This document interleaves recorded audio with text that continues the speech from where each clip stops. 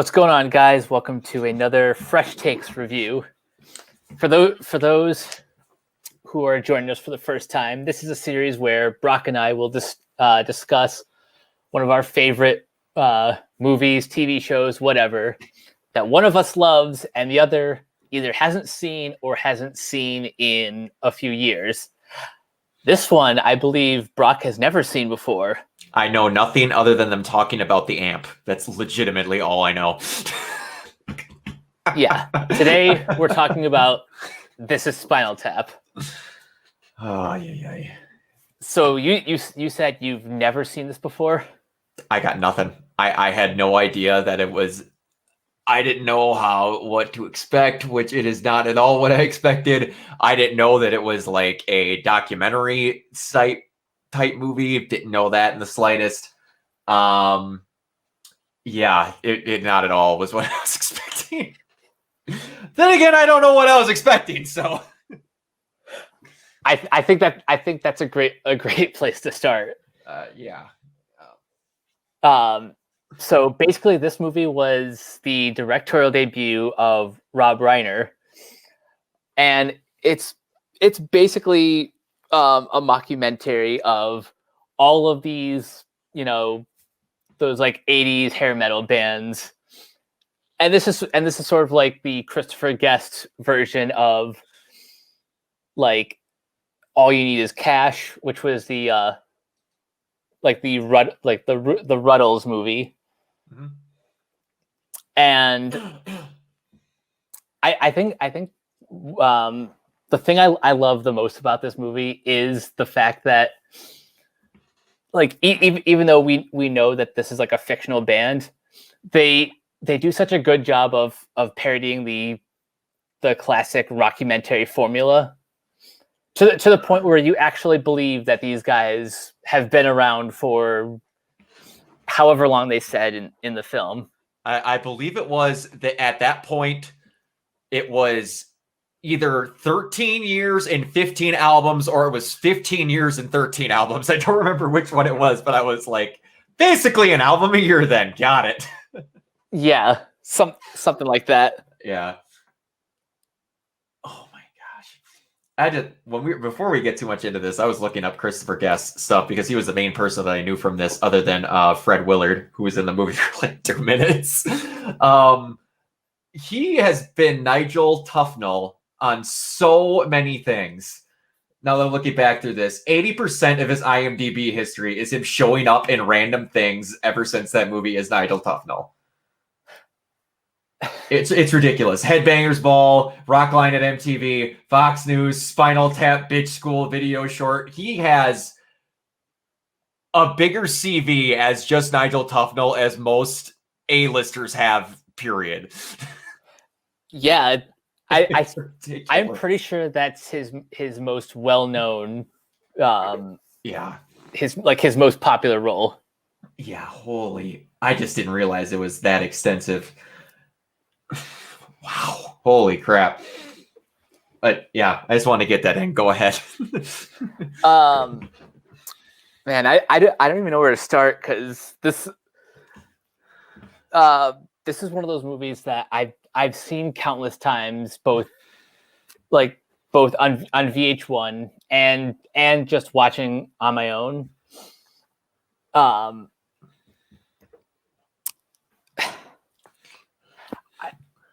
Let me ask you this. Okay. Like, I want to know a little bit more about your music background and. Oh boy.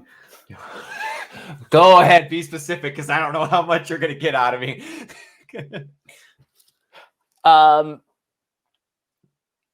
Like when you were watching this movie, did what exactly were you expecting when you watched this?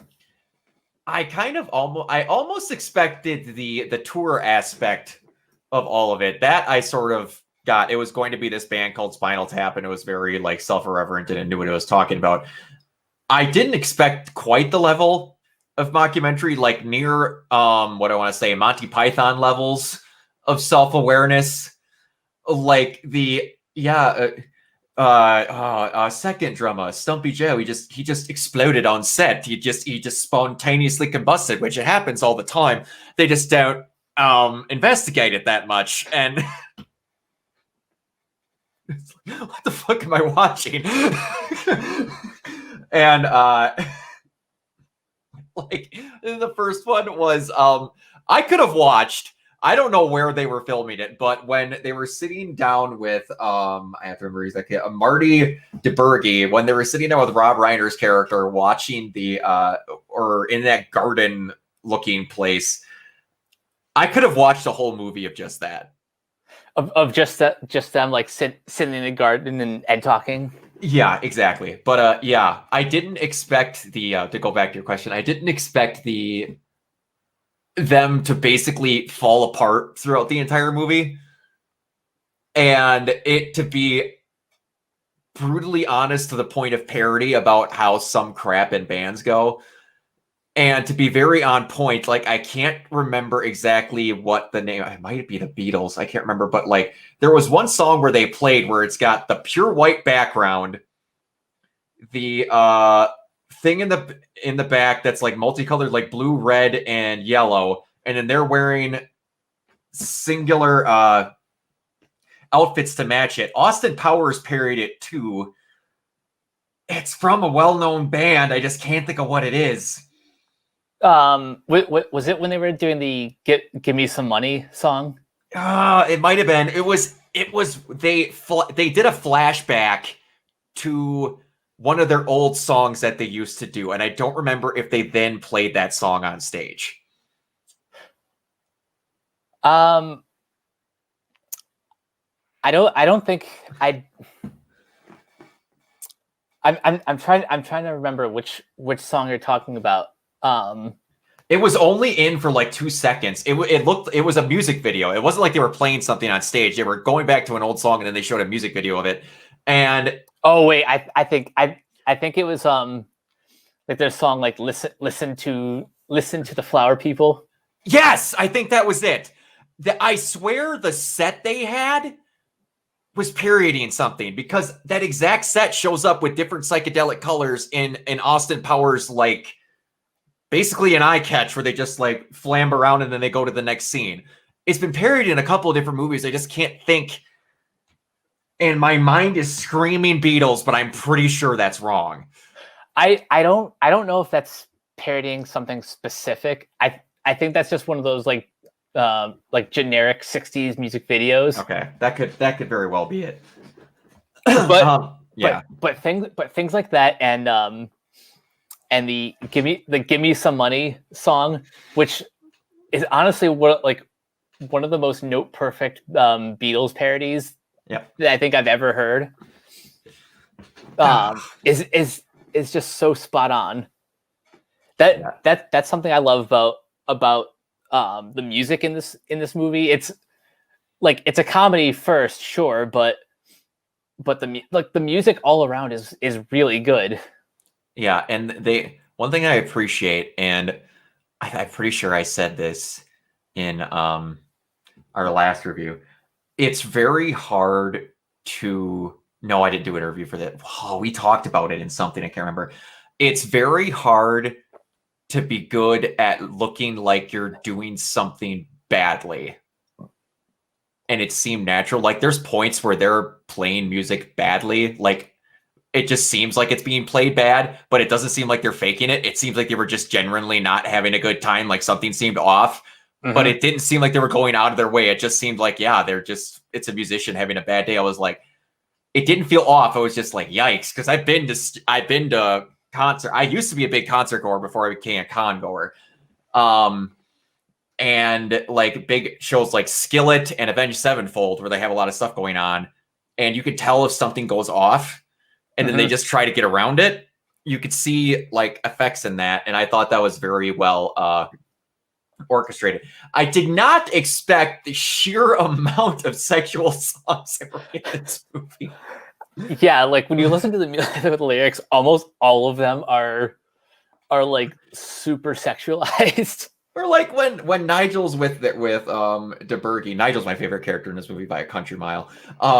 When he's sitting there with DeBerge where he's doing his mock thing and he's playing on the piano, he's like, yeah, it's really sweet. No, what do you call that? That's suck my love pump. I'm just like, what?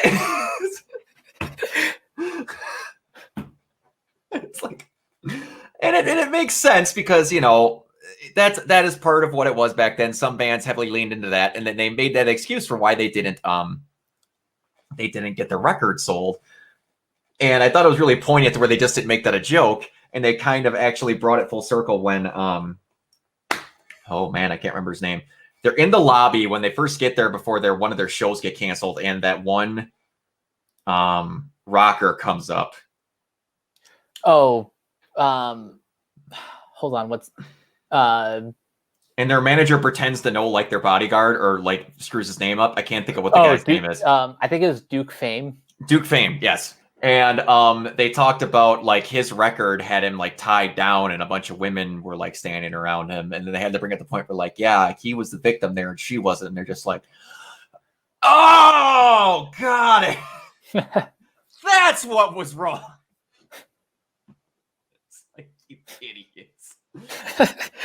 Yeah, it's like, oh, now I understand. I understand we were stupid. They were really, this is one of the best, almost every line was attempting to be a joke, pretty much, but it didn't feel like they were trying for that. It just felt like that's how those people naturally talked and like how the scenes flowed. That was one thing that was rather different about the movie, in my opinion. There's very rarely a movie that tries to have everything basically be funny, but then not make it seem like they're forcing a joke into every line. Yeah, I think like the dialogue is very like the humor is very subtle in that it has that very dry like British sense of humor, mm-hmm. where pretty much everything is a joke, but the characters themselves don't like they kind of speak in a very matter of fact tone. Oh yeah. So when the more absurd scenarios happen, like when they talk about the 300 drummers that they've had that have either died or spontaneously combusted, choked on someone else's vomit. You know, you can't dust for fingerprints on vomit, so we didn't know whose it was.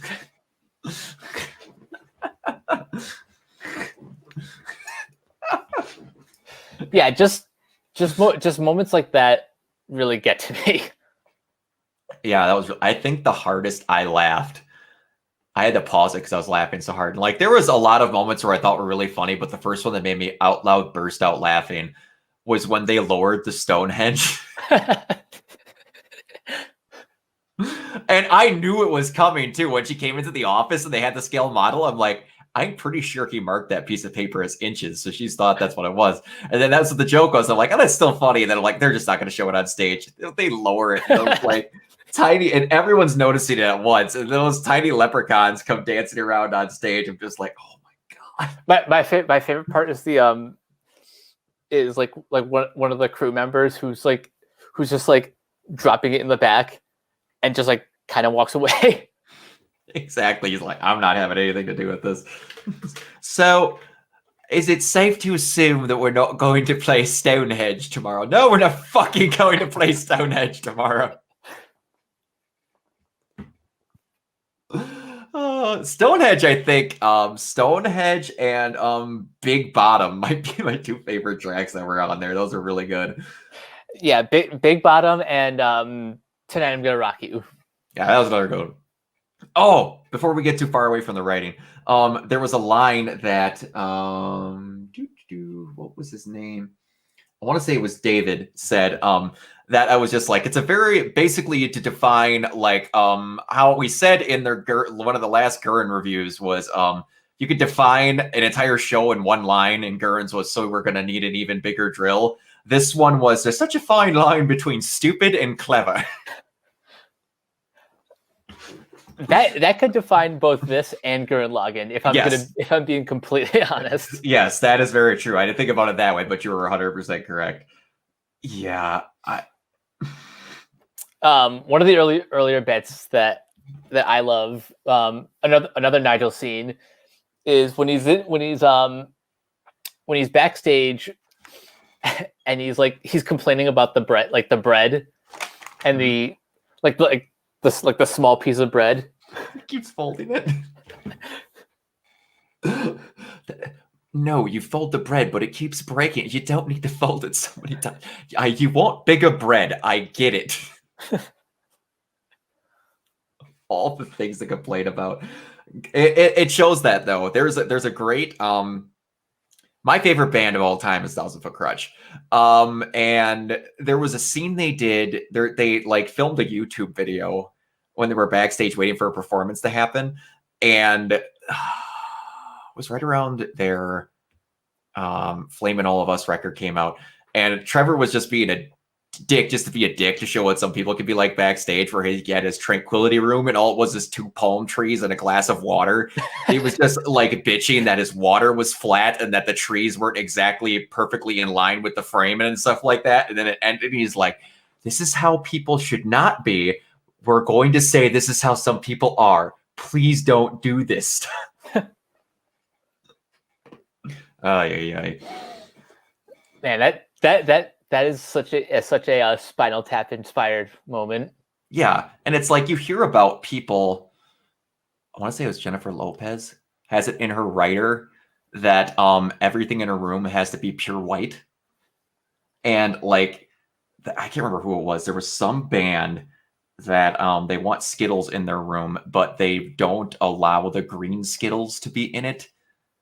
I can't remember who it is. It's a very well-known band or actor, but yeah, it was ridiculous. But I think Drake and Josh parodied that. One of the child actresses, she wants gummy bears, but not the green ones. Oh yeah, that very well could be it. Oh man, I miss Drake and Josh. Yeah, that. This is one of the weirdest movies where there was points where I was like, I don't know when the movie's ending. That was one of the weirdest feelings where it was like, it was a movie that like had its crescendos and stuff like that, but it leveled out really fast. And then they basically just came in and told you when the ending was, when Nigel comes in and tells them that Sex Farm, because it's Japan, is charting in the top 5 and that they should bring the band back together. And then it kind of just, I was like, I was just going to keep watching. This kind of seemed more like a TV show versus a movie. Yeah. It seems like points where it kind of feels like reality TV. Yeah. But yeah, up until that scene, you never really get the feeling that the movie is about to end. Mm-hmm. Although there are some tells like when the band just kind of completely falls apart. Yeah. When Nigel took off in the middle of that performance, I'm like, all right, so yeah, it's gonna be coming to a head pretty quick here.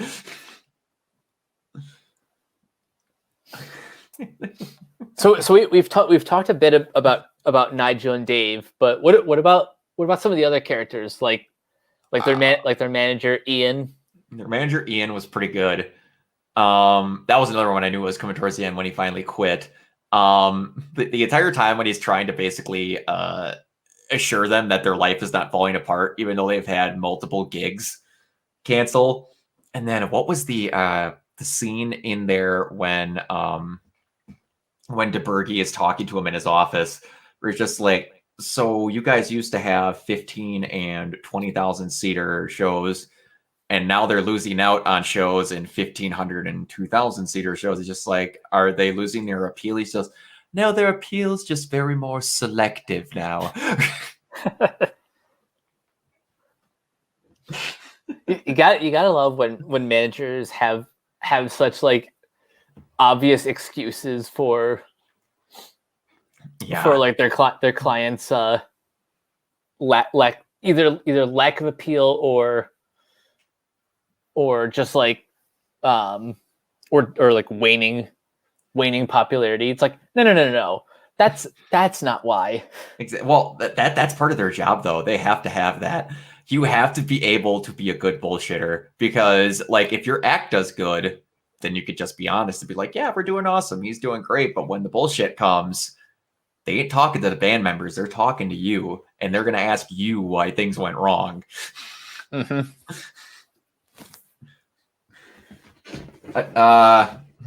I have to remember what his name is. Who was the guy that looked exactly like Letty for Motorhead? Name.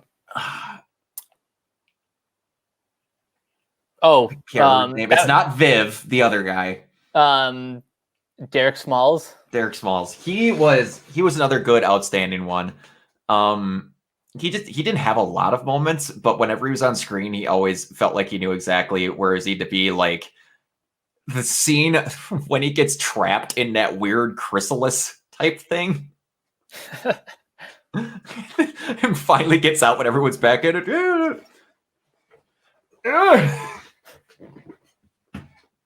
I'm pretty sure something like that has happened on stage before. Oh, I don't doubt that. Did you ever hear the not exactly with that, but for the longest time, and I don't know if it's still a thing, that pyro was outlawed in Canada? I don't think I've ever heard that before, but because James Hetfield okay. got himself lit on fire or something because of pyro, and then after that they were just like, nope. Okay, I knew about the James Hetfield incident. I didn't realize that was why it was outlawed in Canada. Oh yeah, there was a big old ruckus. They're just like, yeah, nope, we're not having that be our image. It's done. Yeah, not good. I didn't know that either until I was watching a random Let's Play where one of the people that I used to watch went to a WWE Raw performance and they couldn't use pyro at the performance. One of them just like, thanks, James Hetfield. So I don't doubt that stuff happens all the time. There's a lot of bells and whistles you got to keep track of, and yeah, I couldn't imagine being a stagehand for a lot of those bigger shows and some of the stuff they try and do. Like I mentioned, Avenged Sevenfold earlier. Corey Slipknot. Corey Taylor. Corey Taylor. He was, obviously you would know he fronts Stone Sour now, and has for a while. But like he was there with Stone Sour before, and then it was Hollywood Undead and them at the beginning of when they just did their Nightmare album. When their performances would start, and they would say "My Nightmare" and start that out.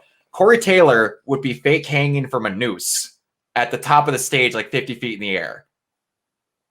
And then they would lower him down as the song played and then cut him off. I'm just like that noose is not actually applied, but like, what if you fell? Like, dude, just like the stuff that they try at these shows are just nuts to me. And like, even something as small as getting them out of that chrysalis thing would be complicated if something went wrong, even if you're doing your job correctly, just some motor malfunctions and yeah, so many things like that can go wrong, but it's when they're done right that you like, that you can really be impressed. But it's when things go wrong when you really start to notice. Mm-hmm. Everything's great until it goes bad. Mm-hmm. Like one of my favorite moments is and I'm pretty sure everyone has parodied this since, where like the band is trying to find their way on stage and they get lost. You just gotta go up there, turn left, go right. Like I've had problems doing that, just getting to rooms at conventions. I can't imagine going through at some of these places where they're asked to perform. It's anywhere from like high schools to random auditoriums to freaking baseball events or baseball stadiums, basketball stadiums. And then it's like, and then just to keep you out of the way of the public, they have to create these rat mazes for you to go through so that no one sees you and stops you from getting where you got to go. And yeah, I can't imagine. I can't imagine that. I understand it's like that's their biggest problem to deal with in their life is that they can't find their way to the stage. I get it. That's not a big thing, but it's like you're on a tight time schedule and you're expected to be able to get into where you have to go in very little time, and then that happens. Yeah, it can be it can be a lot to deal with in that moment. Yeah. What were some other? And go ahead. Any other scenes that stand out? Well, obviously, I finally got to see the full context of like the amp and what amp in the speaker when you're going through the entire room of what I think was like 33 or something guitars. It's at least. You've played all of these? It's like, yeah, they're all special. It's like, don't touch that one. I wasn't going to touch it, just pointing at it. Don't point at it. I just want to look. Don't even look at it. And then just the full lead up to the, but yeah, everyone else gets up to 10. Where do you go from there? It's just like, exactly. But what if you just make the 10 more powerful and then that'll be your over for when you get up to it? But it goes to 11 and then it just cuts. It's just like, you can't win. It's showing like some rock stars you just can't win with people. And they make a really good joke out of it where it's like they're ingrained in the way that they do things and how they want to do it. And like, yeah. They did really good at trying to, they basically parried everything that a band could go through. One of them being like, if one of the rockers gets a girl to tour with them, like that was a big thing that screwed with them when David got, I can't remember what her name is. I can't remember her name is, but like it screws up one of their recording sessions. He can't go back and hang with his friends when they got the new game in the back and all that stuff. It's just like I said, I could have, like, just for moments, I could literally have sat there and watched DeBerge interview them at that garden thing all day. Those are the funniest parts of the entire movie to me. Just asking them random questions like their like reviews for their albums. Shock sandwich, just 2 words, shit sandwich. That's not real. That's not real. You can't post that. And then it's like, on what day did God create Spinal Tap? Why couldn't he have rested on that day?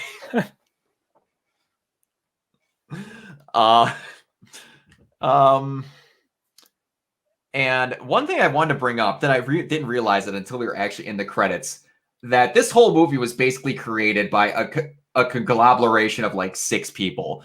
Like Rob Reiner directed it, and then Rob Reiner wrote it along with like 3 of the main stars in it.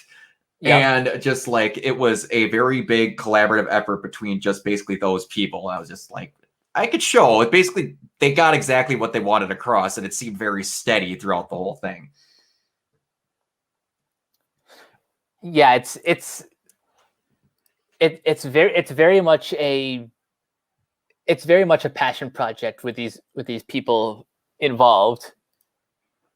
Oh yeah, I would very much say so. There's not many things that are like this, and that was one of the biggest reasons why you could tell that it was something that if they would have let someone else handle it, probably wouldn't have came out the way that it did. Yeah, exactly. Yeah, that is for sure.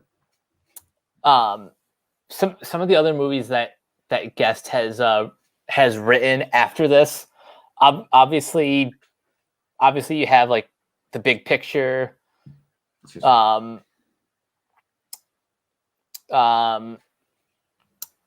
he was in The Princess Bride. Yeah. Then there's Waiting for Guffman, A Mighty Wind, Best in Show, and they all have that like that signature that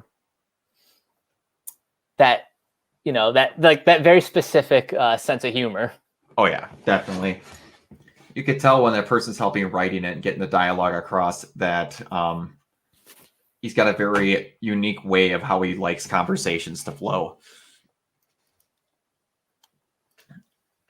Yeah, that was something else. That was one of the most different movies I've ever watched.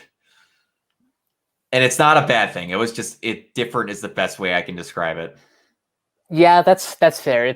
It's one of those acquired tastes, but if you're into those like dry British comedies, Yeah.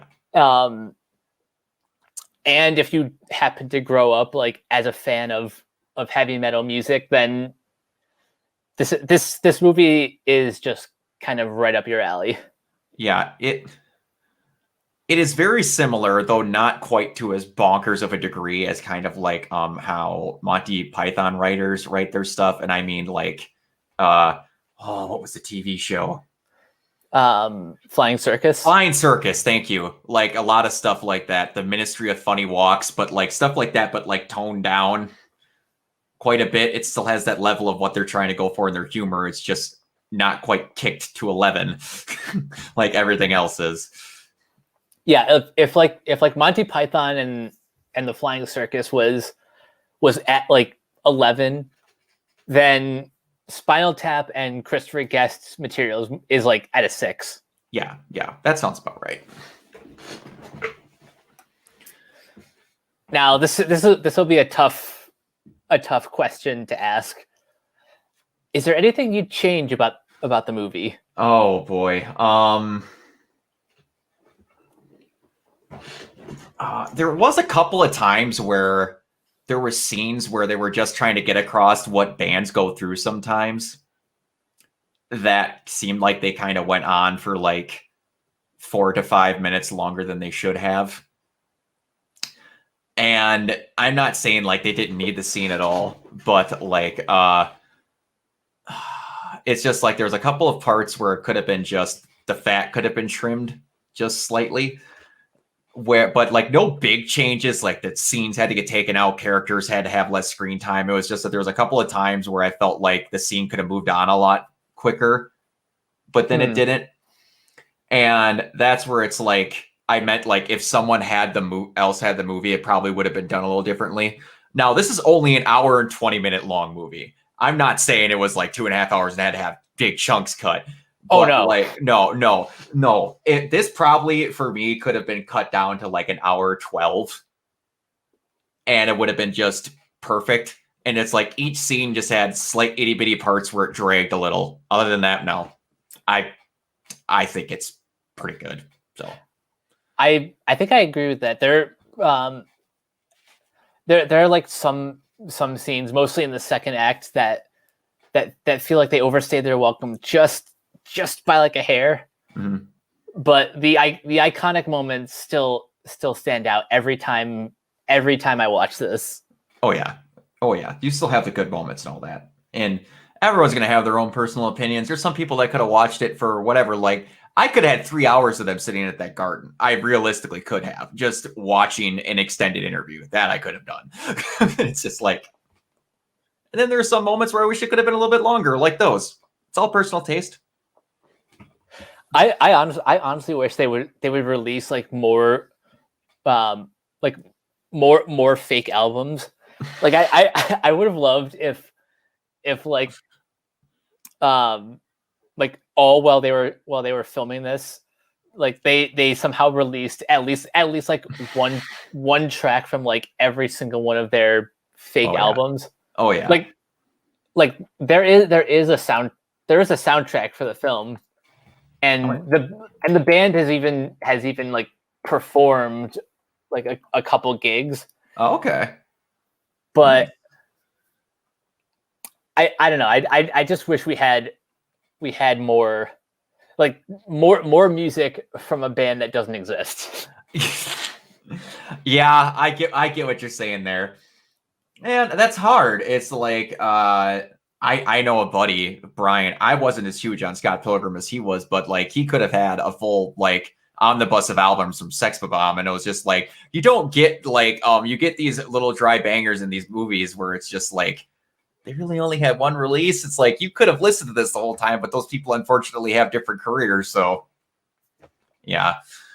And with how close these people get, that was one thing where this was one of the ones where I could have seen them actually going like, no, we could actually like over time make an album.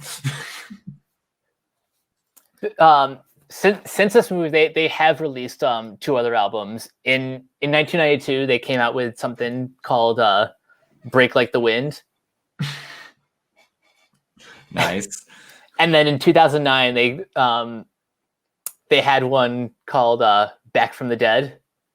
Nice. Which was to celebrate the 25th anniversary of the film. Oh, nice. That's cool. Yeah, it's like they must obviously love their roles, at least Christopher Guest, at least. I'm not kidding you, people. Go look at Christopher Guest's IMDb and count the amount of things that are not Nigel Tufnell. It's a small list. Like the last one. What was the last one he did as Nigel Tufnell? He was Spinal Tap Back from the Dead video that premiered in 2009. And he was on The Daily Show from 2000 to 2009 showing up as Nigel Tufnell. It's ridiculous. That, like, they obviously still love it. And like you said, it was a passion project. So it's like, how old are all of them now? Christopher Guest has got to be, he was born at 48. So he's 60 something? No. 80. He's in his 80s? 72. 72. Okay, I'm bad at math. Wow. And he's married to Jamie Lee Curtis.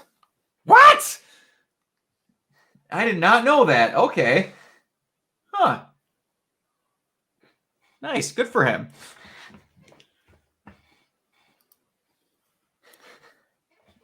Huh. Yeah, that's a neat little fun fact. Nice. Oh, is that in the... Oh, that's one thing that we should do when we're ever doing this is like James Willems likes to look up movie trivia because just some of the it's just bad movie trivia where they're just like, did you notice that in Hook, when they open the window, the shape of the window latch is the shape of a hook? Like, it's just random stuff like that. We should look at some of those for a future reference when we do these. But yeah, cool. Nice.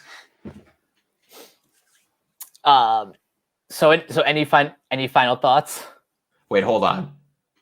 I have to mention as a final thought, I'm reading this trivia thing. If this is true, during an interview with his wife, Jamie Lee Curtis, on the Graham Norton show, she mentions that he drives a Tesla with both of the volume and air condition dials going all the way up to 11. Yep, that sounds like him. Yeah, anyone who's a music fan, honestly, even if you're a little not quite all the way in with the humor stylings of the movie, you should at least check it out because you'll get some good things out of it. I like the British humor out of it. Like, I love like Snatch and Lock, Stock, and Two Smoking Barrels are like two of my favorite movies of all time. So they're all varying levels of this kind of humor that you're going to get. So if you didn't like it in certain movies, you'll get different levels. It's like onions. There's levels to it. And like, depending on what filmmaker you have, you're going to get different ones. So don't exactly ixnay it if you didn't like that style in a different movie. Still give it a try. And yeah, I highly suggest it. Like, I guarantee most people that if they don't know what's from Spinal Tap knows the whole it goes to 11 type thing. If you think that joke is funny, you will like a good chunk of the jokes that are in this movie because it's all that same type of thing. Yeah, I agree with a lot of that. Yeah. I think growing up a fan of this culture, I like this movie was an easy life for me. But if you're not a big heavy metal fan, but you still love a good British comedy, then you should definitely check this out. And I would recommend some of Christopher Guest's other films, like Best in Show or A Mighty Wind, or just like anything with that similar style of humor. I think you'll really enjoy it. Oh yeah, absolutely. And I guess that'll do it for this one. You guys can find me on Twitter and Instagram at Captain K42. Check out my quick thought reviews on letterboxd.com/CoachK42. Find me in all the various Facebook groups, just at my name. Check out Renegade Pop Culture. All our podcasts will be on Anchor, Spotify, Apple Podcasts. You can follow us on Facebook or on Twitter at Ren Pop Culture. And last but not least, check out renegadepopculture.com. Need an escape? So do we. Brock, where can everyone find you? You can find me at Organoid0 on YouTube, but mostly on Twitch, where I've been streaming off of that boy a lot lately. I won't say what I'm streaming because by the time it comes out, it won't make sense. You can find me on a lot of the Renegade Pop Culture stuff. We're actually going to be doing one tomorrow. It's around Thanksgiving, so we'll be recording it around that time if that helps anybody. But yeah, this is fun. We're going to be starting another long form one. It might take a little bit to get to it, but you guys won't notice that because I'm technically going to be away next weekend, so we won't be recording it next weekend. But we're going to be starting Neon Genesis Evangelion, and this will be basically a fresh takes for both of us because Mike has not seen it, and I have not seen it since back in the day when you had to perform a demonic sacrifice to even find a dub of it. So, yeah, it's going to be a little bit different. And then Mike is going to be bringing a friend along for it. Yeah, my Renegade Animation co-host, Cameron, is going to be joining us. And boy, this will spark a lot of interesting conversations. I don't know how this is going to go. I legit don't know what's going to happen because this is one of the weirdest shows ever. Gainax was just like, let's do some weird shit. And then we did too much weird shit and ran out of money. So we had to do different weird shit. And there's a video that probably when we upload it, if I remember, that I'm going to put in, and it's either the 37 timelines or the 27 timelines of Neon Genesis Explained. That thing goes places. And we should say up front that if we get accessibility in a way to where we don't have to pay out our asses, because Aniplex sucks for making and buying and watching anything, we're just right now doing the show. We will come to terms with what we might do with the movies when we see what the selectability is, because technically the last one's not out yet even. So we're going to go with that. I'm sure by the time we finish, the new one will be right around the corner. Yeah, it probably will be. We're just going to have to make sure that we're not paying out our ass to try and review it, just to try and view it, because I don't know where they're all available right now, so we got to work on that. But yeah, this was fun. We will see you guys next time, and then depending on, I don't even know how we would do that. We'd have to technically go back in time from this recording. We'll put up a vote somewhere somehow between what we would do after Neon, because we have options, but we're basically just blowing in the wind after that because these were the main big things that we wanted to do. I've thrown out some suggestions, but we'll see. So, yeah. Till next time, we will see you all later. And hold on.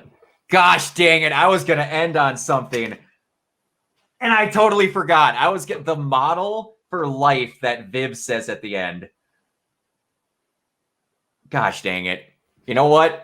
You know what he says if you watch the movie. I completely forgot it. I was going to be clever, but that's the story of my life. I was going to be clever saying something else someone else said. So we will see you guys next time.